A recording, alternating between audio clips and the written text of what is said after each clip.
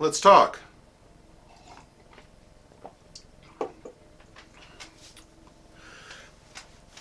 It's been a while, but I was, when I first joined the SCA, a fighter. I identified myself as part of the fighting community, and that was the major focus of what I did.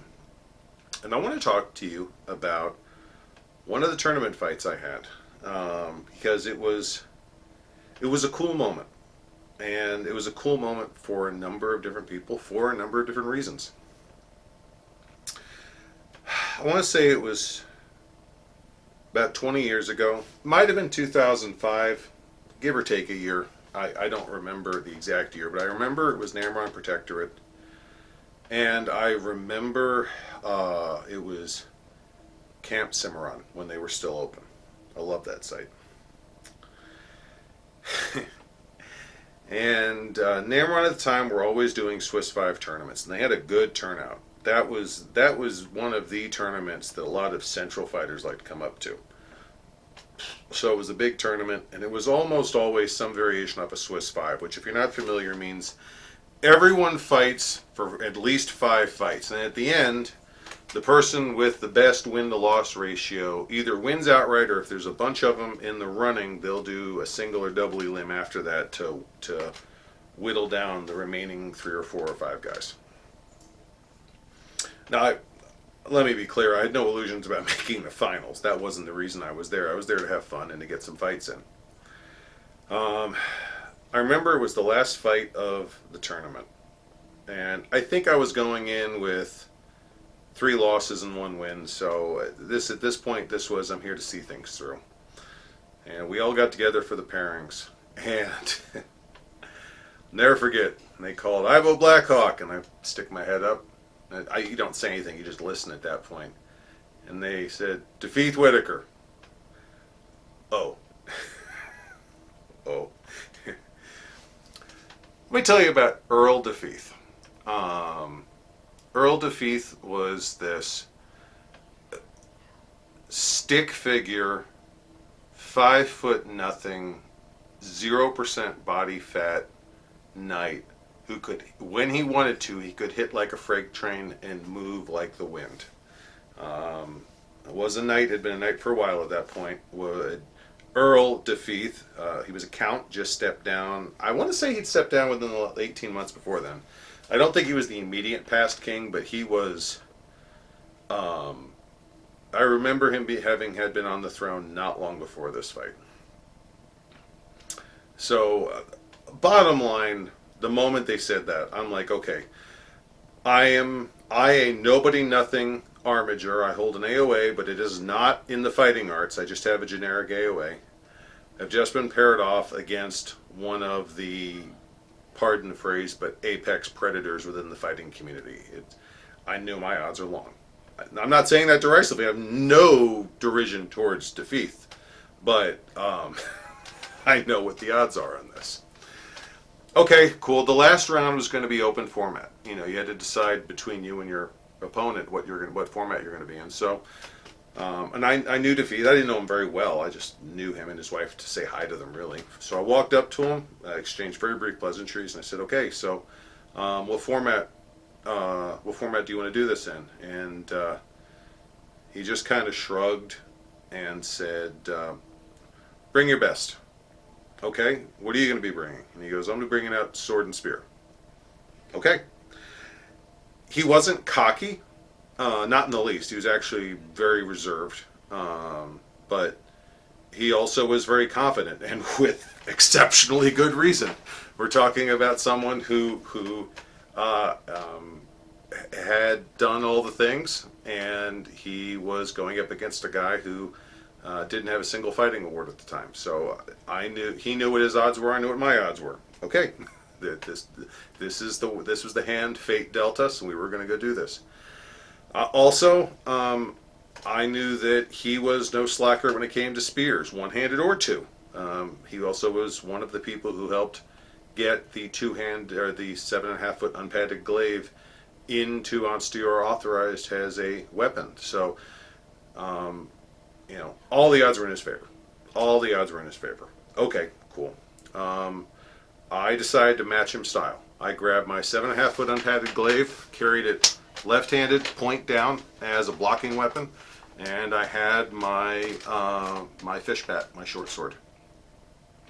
Now I thought at that point in time I codified myself. I was a pole armsman, and my preferred weapon style was 7.5 unpadded.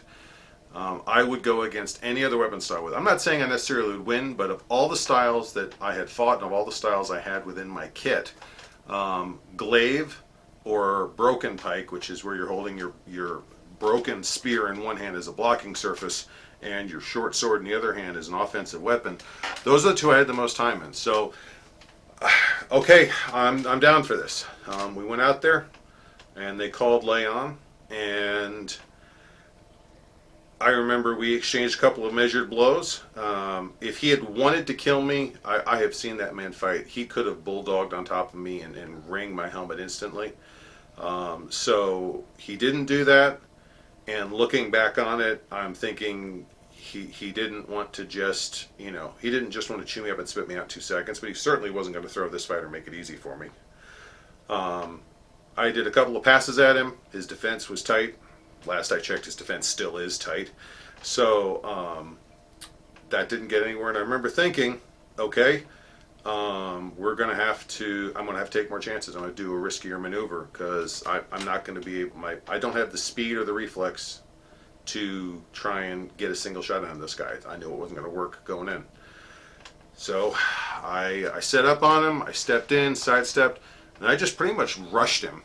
And I thrust the section of my glaive handle right above my hand, right under his wrist, to just peel back his defense. And he did that, and I went high, and he got his sword up and blocked it, and I snapped around, I got a low shot, and I felt something connect, and as I did that, I feel a double snap, and he caught me just below my shoulder and just above my elbow cop, and 2 solid hit. Oh, and at the same time he dropped. So I just remember watching his whole frame as I fell, go ouch, ouch, and he dropped all in the same moment. So I shuffle backwards, gauntlet in hand, down at my side. I dropped my spear instantly because he caught it. The arm is, in real life, the arm would be broken at that point. And I come back with my sword, and I'm cocked back ready to swing in case he pops back up, and he's on his knees. And I've got one hand. Well, that was not the best trade in the world, but defeat, strength is in his footwork, and I've just immobilized him. There are worse places to be. Your Excellency, you are legged. You are immobile on this field, and I still have my legs, and I still have a sword. Would you care to yield this field? And he said, he just waited for a second. He looks up and he goes, "You two are injured. I would like to see this through." Okay, I tried. It was the polite thing to do. Also, for those who aren't familiar in the fighting community, when you leg someone, if you have the option, single combat, you absolutely offer them the chance to surrender or to yield the field. That is the polite thing to do. It is the chivalrous thing to do, historically and within the SCA, depending on which part of history you're looking at. And I remember saying to him, because at the time there actually had been a number of fights in the events leading up to that, where fighters, if they leg someone and the person wouldn't yield, would kind of kneel down in front of them and match them on their terms, would give up the advantage they'd earned. And I remember saying, okay, I'll continue fighting. Understand I am not joining you on the ground. I earned this advantage and I'm going to keep it. And he nodded. He, again, not disrespectful. I think he fully understood where I was coming from. But damned, I legged a knight. I legged a count. I am not giving up that advantage.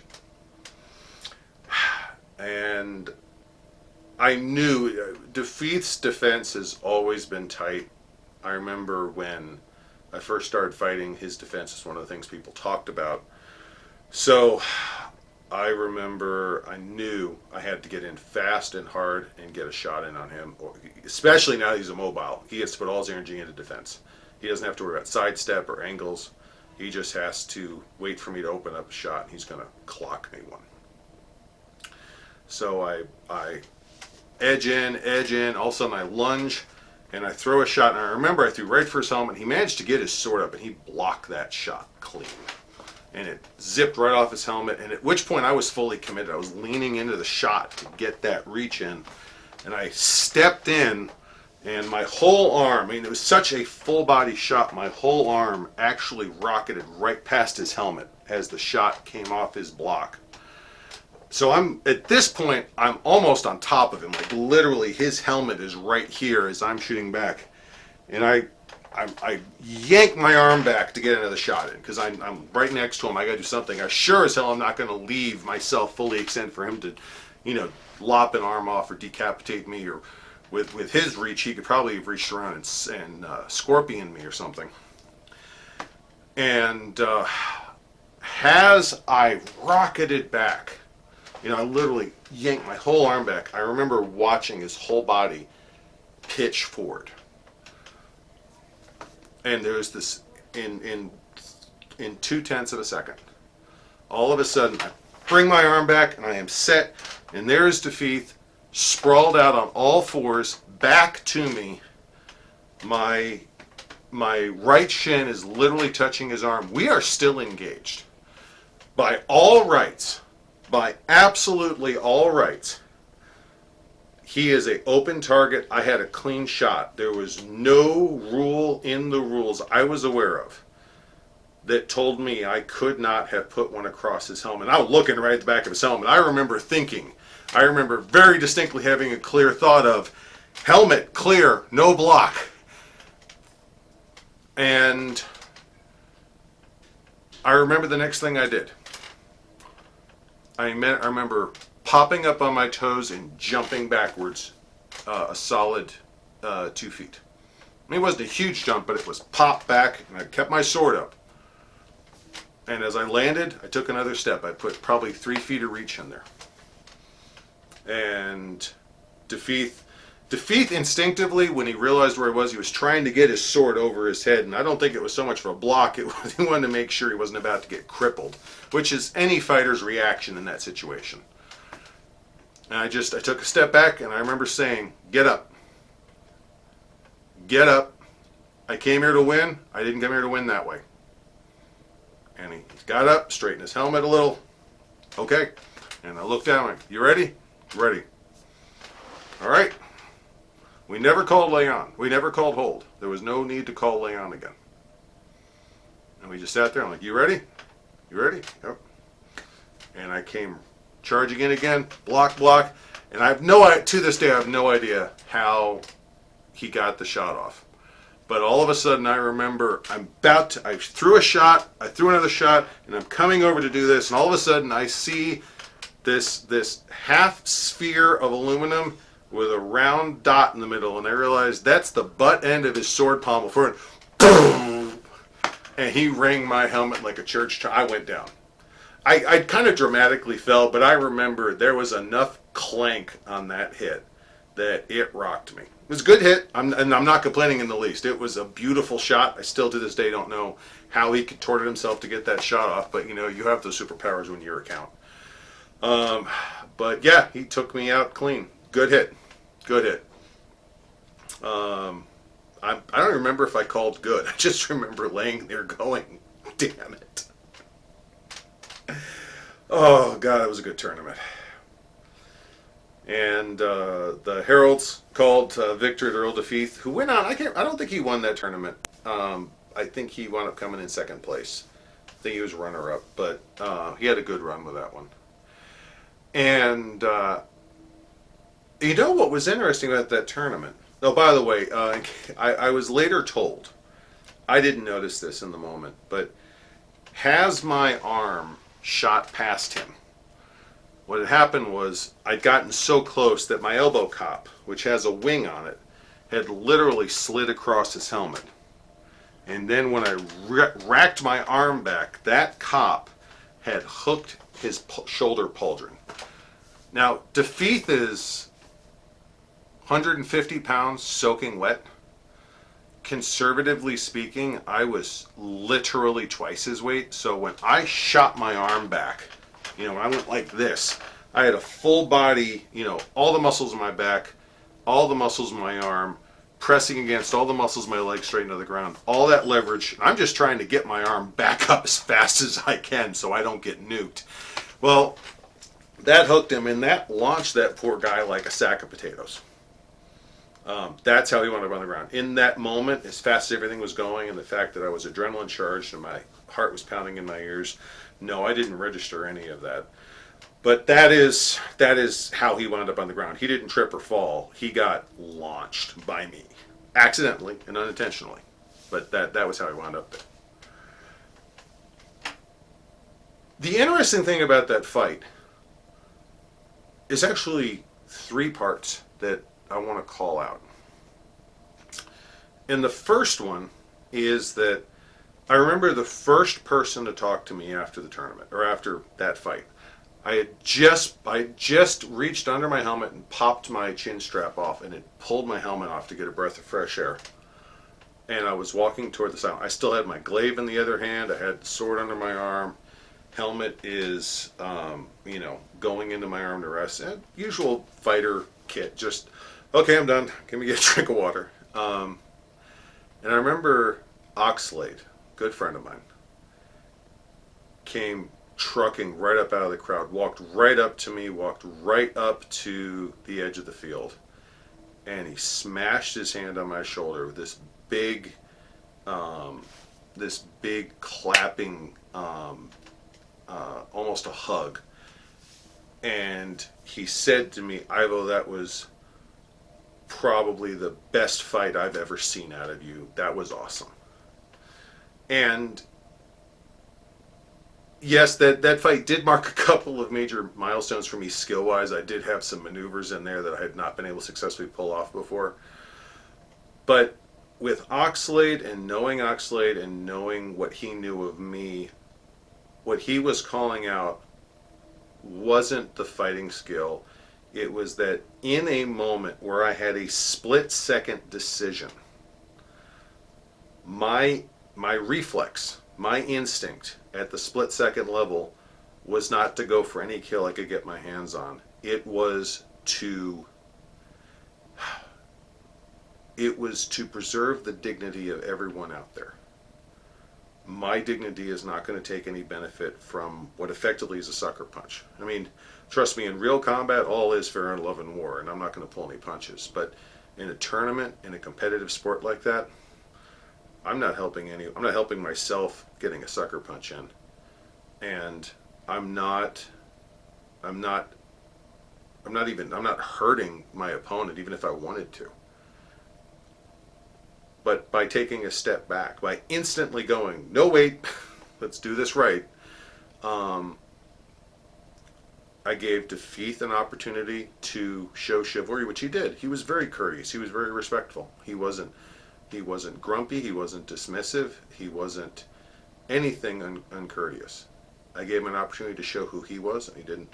He took that moment. He took just a few seconds. It was an excellent moment, and I took an opportunity to show who I was. Someone who, has nothing to lose, but is still willing to take the time to do things right, to be friendly, to be courteous. He has nothing to gain from it. And that, I'll never forget that. That was an important moment for me, both as a fighter and an SCAer. And there's another reason why that fight is so important. Was that night at Feast, one of the things that was talked about was the crown, because the king was present for the tournament. I don't remember if he saw that particular fight, but there was crown presence at that event. The crown held court right after Feast, and he called out to the audience. He said, tell me what honorable or chivalrous deeds you have seen at this event that I might not have seen. And I remember a good friend of mine who I hadn't had a chance to talk to that day, very briefly spoke up, and he told in much briefer format, of course, the story I just told. And his last line was, while Ivo may not have won that fight, he did carry honor that today. And that got claps, that got applause from the audience. And the last thing that I want to point out is that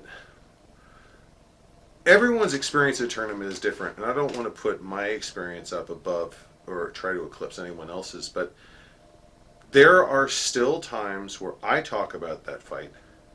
There are still times where I've heard others talk about that fight, even though they don't remember all the fighters.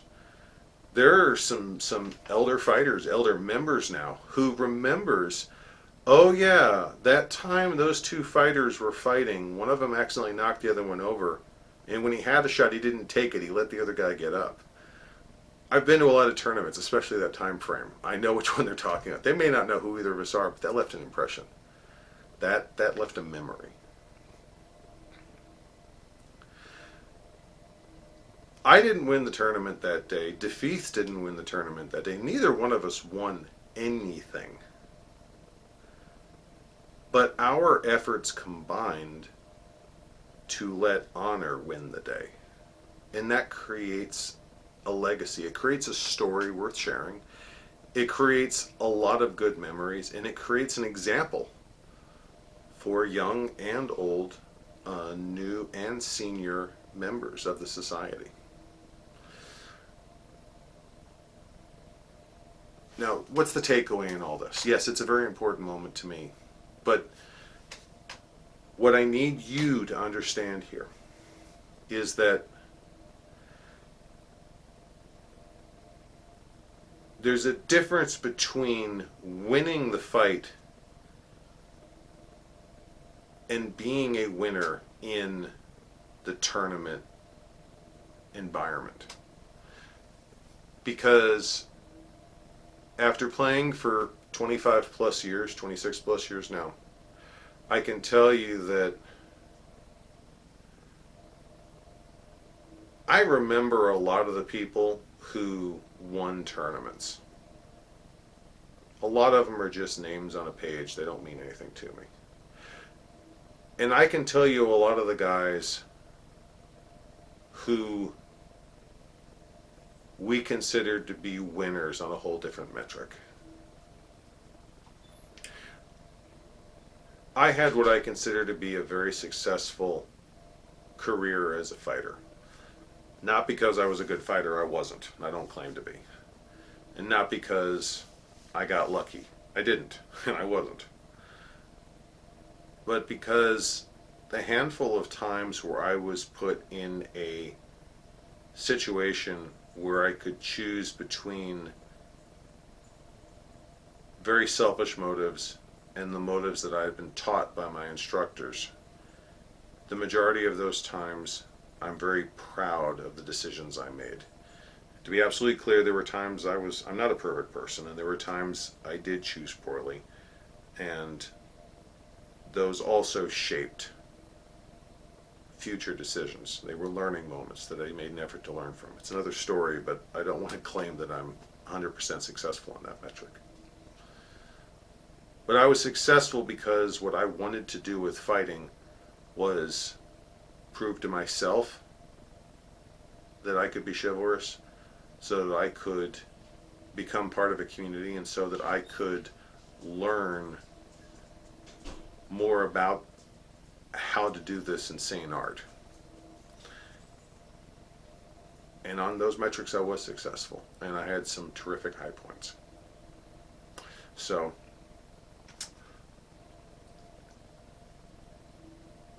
for you, I want you to just take that story to heart, and I want you to remember that every moment in the SCA is an opportunity to create those moments, to create those stories, and to set the example of a brotherhood, of chivalry, of honor, and to cultivate a culture of those things. Now, before I babble anymore, what are your stories like that? What is something that you have done that has gone on to inspire, or what's a moment maybe that did inspire you along those lines? What's some time where someone did something amazing or honorable or chivalrous that stuck with you? Tell me, leave a comment down below. I'd love to hear more about it. But until then, I look forward to seeing you at the next event. Until then, goodbye and God bless.